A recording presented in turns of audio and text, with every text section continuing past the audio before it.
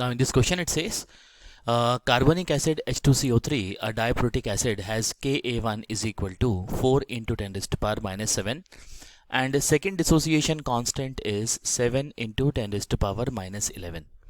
As we can see, the first dissociation is less and second dissociation is even very less. So let us say that from the first X amount dissociated into ions, so we have 0.025 minus X will give us X and X. But this HCO3 further dissociate. Let us say Y is a dissociation from X HCO3 minus which is formed. So it will be X from the first equation and Y from the second equation.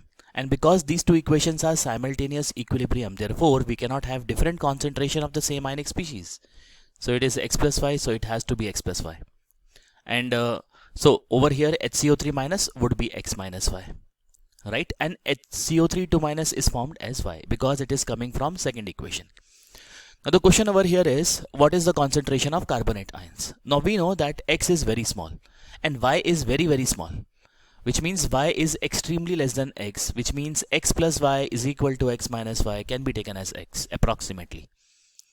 So if I write the second dissociation constant expression for this equation, I get H plus concentration into carbonate ion concentration upon bicarbonate. Putting the values, we have X plus Y into Y upon X minus Y. As I have said, this is equal to X, this is equal to X, and hence they can be cancelled. So we are left only with Y. That comes out to be very low value, 7 into 10 raised to power minus 11. So that is also the concentration of carbonate. Hence answer for this question is D.